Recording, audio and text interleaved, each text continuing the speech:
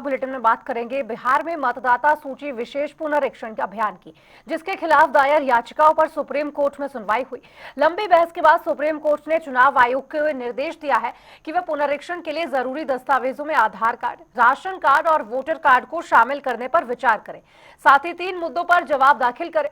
Supreme court ने चुनाव आयोग को नोटिस जारी करते हुए सुनवाई की अगली तारीख 28 जुलाई तय की है।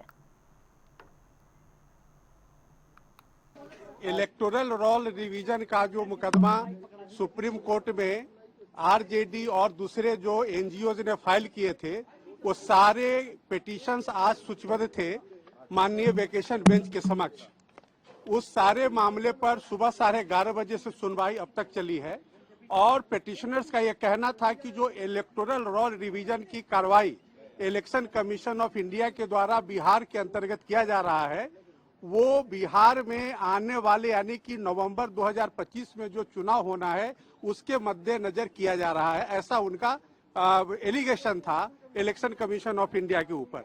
उन्होंने यह भी कहा कि आधार को क्यों नहीं कंसीडर किया जा रहा है इलेक्शन कमीशन ऑफ इंडिया के द्वारा, लेकिन उनके तमाम दलीलों को झुठलाते हुए इलेक्शन कमीशन के तरफ से माननीय राकेश द्विवेदी सीनियर एडवोकेट साहब ने स्पष्ट शब्दों में कहा कि जो भी कार्रवाई इलेक्टोरल रिफॉर्म का चल रहा है वो संविधान के दायरे में है और रिप्रेजेंटेशन ऑफ पीपुल एक्ट की जो धारा 21 है, सब धारा 3 और 4 के हिसाब से चल रहा है, इसलिए उसमें कहीं भी किसी तरह की इलीगलिटी नहीं है।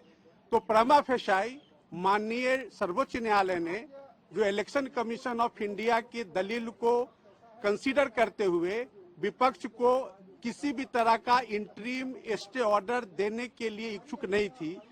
माननीय न्यायालय के मूड को भांपते हुए पिटिशनर्स ने अपने स्टे एप्लीकेशन को आज प्रेस नहीं किया है और इस तरह से इलेक्टोरल रोल रिवीजन के मामले में माननीय सर्वोच्च न्यायालय का किसी भी तरह का स्टे ऑर्डर नहीं है।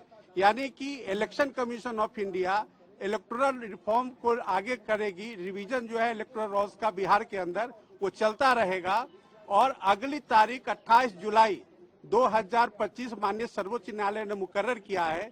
तब तक सारे पक्षों को अपना जवाब माननीय न्यायालय के समक्ष दाखिल करना है और उसके बाद जो भी एक्सरसाइज होगा माननीय न्यायालय अगले तारीख पे तमाम बिंदुओं को विचार करके आगे की कार्रवाई चलेगी। तीन कागजात को कंसीडर करने के लिए भी कहा है। देखिए, ऐसा है कि जो माननीय सर्वोच्च न्यायालय के समक्ष याचिकाकर्ता जो थे उनका कहना था कि आधार कार्ड, राशन कार्ड और उनका एक और था कि वोट आईडी कार्ड जो election commission of India issue करती है, इन 3 डॉक्यूमेंट्स को विचार करना चाहिए।